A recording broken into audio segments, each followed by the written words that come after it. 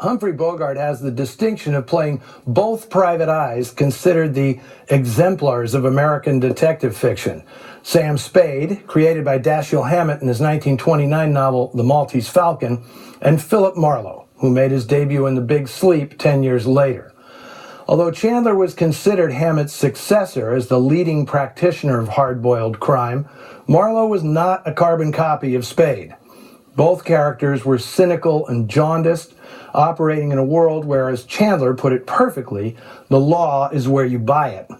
But where Marlowe was morally upright and utterly incorruptible, Spade dwelled in the gray area. He was not above sleeping with his partner's wife or with the prime suspect in his partner's murder, behavior that would have made Marlowe explode with self-loathing.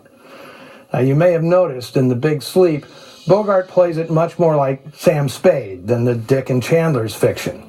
On screen, Bogart created and perfected this new American archetype. Nobody has come close to equaling it in the intervening 70-some years. And who did Raymond Chandler envision as Philip Marlowe? Well, for a character who supposedly was born in Santa Rosa, California, you may be surprised that the actor Chandler wanted to play as Private Eye was Cary Grant. I sense a little wish fulfillment. Maybe it's because Chandler, who was born in the Midwest, was brought up and educated in England, and he never lost the sense of superiority it ingrained in him. He admitted to having a condescending attitude about America, and especially his adopted home, Los Angeles. Maybe that's why he saw British-born Archibald Leach as the embodiment of Marlowe. For me, the perfect guy to portray Chandler's pipe-smoking, chess-playing wiseacre would have been William Holden.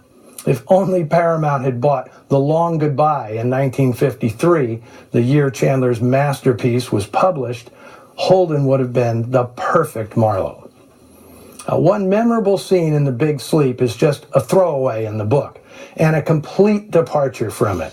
That rainy afternoon liaison with a dishy bookseller played by Dorothy Malone, that was concocted for the film. Malone has only a couple of minutes screen time, but she makes the most of them. Any longer, and we might have forgotten all about Lauren Bacall and Martha Vickers. Malone outvamps them both while doing very little. She embodies a bookish allure I call librarianism. You begin to interest me, vaguely. I'm a private dick on a case. Given the impact Malone made here, it's surprising Warner Brothers didn't see her as particularly sexy. In film noir, she played mostly straight-laced good girls in films like Flaxy Martin, Loophole, Private Hell 36, and Pushover. It wasn't until the mid-50s that Malone started steaming up the screen, playing a hot-to-trot officer's wife in Battle Cry, a sexy barnstormer in The Tarnished Angels, and a boozed-up, claws-out cougar in Written on the Wind, for which she'd win a Best Supporting Actress Oscar. Now, the bookstore in The Big Sleep, not Malone's, the one across the street, was based on a real bookstore known to every writer in Hollywood. The Satter Bookshop, owned by Stanley Rose, was the place for authors to get their books and periodicals, and other things, if you believe the legend. At the Satter, in his later shop, named for himself, Stanley Rose purportedly purveyed premium porn, to get all Elroy about it. Now, whether it was true or not, there's no doubt that's where Chandler got the idea for Geiger's side hustle. And while we're on the subject of bookstore clerks, let's give a big nod to Sonia Darren, who played Geiger's shifty shopgirl, Agnes Logier. You do sell books, What do those look like? Grapefruit? Darren, whose real name is Sonia Paskowitz, had a handful of credits before this, all in B pictures, all uncredited. Howard Hawks giving her this plum part proved two things. The woman could act, and she needed a new agent, because she didn't get an on-screen credit for this film either, which is a crime. She quit the business in 1950, probably out of frustration. But The Big Sleep would not be her sole contribution to American pop culture. Some of you might remember a precocious red-headed munchkin named Mason Reese, who became a bit of a cultural phenomenon in the 1970s. He parlayed his role as Pitch Kid for Underwood Deviled Ham. It's a Borgashmorg into a career on chat shows and sitcoms. Well, we have Sonia Darren to thank for that, since she is Mason Reese's mother.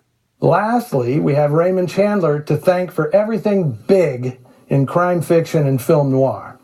In the wake of his first novel and the hit film it inspired, big became ubiquitous in titles. Should I even start? The Big Clock, The Big Heat, The Big Bluff, The Big Tip-Off, The Big Knife, The Big Combo, not to mention later homages like The Big Easy and The Big Lebowski. And that's just a sampling. It is a big list. Well, now's your chance to get big on the Noir Alley Facebook page and Twitter feed. Then join us back here next week when, you guessed it, we go big again. I'll be presenting director Joseph Losey's adaptation of a novel called Deadly Summit, renamed by United Artists, The Big Night. See you next week.